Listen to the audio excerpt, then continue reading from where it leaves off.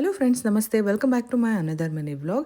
ಇವತ್ತು ನನ್ನ ದೊಡ್ಡ ಮಗಳು ಅಮ್ಮ ಸ್ಪೆಗೆಟಿ ಮಾಡಿಕೊಡು ಅಂತ ಕೇಳಿದ್ಲು. ಸೊ ಹಾಗಾಗಿ ರೆಸಿಪಿನ ಶೇರ್ ಮಾಡೋಣ ಅಂತ ಇವತ್ತಿನ ವಿಡಿಯೋ ಮಾಡಿಕೊಂಡೆ. ಮೊದಲಿಗೆ ಒಂದು ಪಾತ್ರೆಯಲ್ಲಿ ನೀರು ಕಾಯಕ್ಕಿಟ್ಟಿದ್ದೆ. ನೀರು ಚೆನ್ನಾಗಿ ಕುದಿ ಬಂದಮೇಲೆ ರುಚಿಗೆ ಬೇಕಾದಷ್ಟು ಉಪ್ಪು ಹಾಕಿ ಒಂದು ಅರ್ಧ ಸ್ಪೂನಷ್ಟು ಆಲಿವ್ ಆಯಿಲ್ ಹಾಕಿ ಸ್ಪೆಗೆಟಿ ಆ್ಯಡ್ ಮಾಡಿದ್ದೀನಿ. ಈ ರೀತಿ ಉಪ್ಪು ಆ್ಯಡ್ ಮಾಡೋದ್ರಿಂದ ನೀಟಾಗಿ ರುಚಿ ಹಿಡ್ದಿರುತ್ತೆ. ನೀರನ್ನ ಫಿಲ್ಟರ್ ಮಾಡಿದ್ರು ಕೂಡ ಸ್ಪೆಗೆಟಿನಲ್ಲಿ ರುಚಿ ಇರುತ್ತೆ. ಹಾಗಾಗಿ ನಾನು ಈ ಬ್ರ್ಯಾಂಡ್ನ ತೊಗೊಂಡಿದ್ದೆ ಇಂಡಿಯಾ ಬಜಾರಲ್ಲಿ.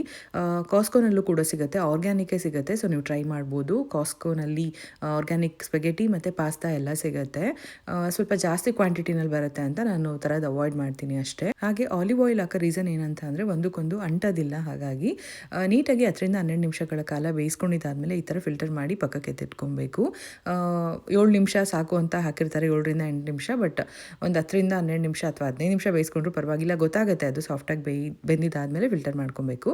ಇನ್ನೊಂದು ಕಡೆ ಕಡಾಯಲ್ಲಿ ನಾನು 1 ಸ್ಪೂನಷ್ಟು ಎಣ್ಣೆ ಹಾಕ್ಬಿಟ್ಟು ಸ್ವಲ್ಪ ಜೀರಿಗೆ ಹಾಗೆ ಬೆಳ್ಳುಳ್ಳಿ ಸಣ್ಣದಾಗಿ ಹಚ್ಚಿರೋ ಅಂಥದ್ದು, 1/4 ಭಾಗ ಅಷ್ಟು ಈರುಳ್ಳಿ ಸಣ್ಣದಾಗಿ ಹಚ್ಚಿಟ್ಕೊಂಡಿರೋ ಅಂಥದ್ದು, ಹಾಗೆ ಮಿಕ್ಸ್ಡ್ ತರಕಾರಿ ಸ್ವಲ್ಪ ಹಾಕಿದ್ದೀನಿ. ನಾನು ಸ್ವಲ್ಪ ನಮ್ಮ ಇಂಡಿಯನ್ ವರ್ಷನಲ್ಲಿ ಮಾಡ್ತಾ ಇದ್ದೀನಿ.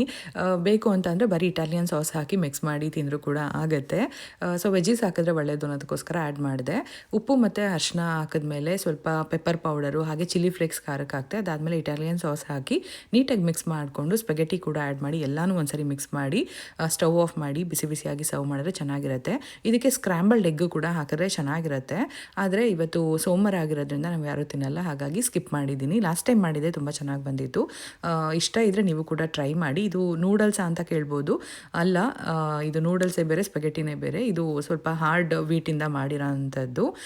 ಸೊ ನನ್ನ ದೊಡ್ಡ ಮಗಳು ಫೇವ್ರೆಟ್ ಅಂತ ಹೇಳ್ಬೋದು. ಇನ್ನು ನನ್ನ ಚಿಕ್ಕ ಮಗಳು ಹಸ್ಬೆಂಡ್ ಇಬ್ಬರು ತಿಂದಿಲ್ಲ, ಅವ್ರಿಗೆ ದೋಸೆ ಮತ್ತು ಟೊಮೆಟೊ ಚಟ್ನಿ ಕೊಟ್ಟೆ. ಮೊದಲೆಲ್ಲ ಮ್ಯಾಗಿ ಜಾಸ್ತಿ ಕೇಳೋರು, ಆದರೂ ಆಲ್ಟರ್ನೇಟಿವ್ ಆಗಿ ನಾನು ಸ್ಪೆಗೆಟಿ ಮಾಡಿಕೊಡ್ತಿದ್ದೀನಿ ಅಷ್ಟೇ. ಐ ಹೋಪ್ ಇವತ್ತಿನ ವ್ಲಾಗ್ ನಿಮ್ಗೆ ಇಷ್ಟ ಆಗಿರುತ್ತೆ ಅಂತ ಅನ್ಕೋತೀನಿ. Thank you for watching. Bye bye.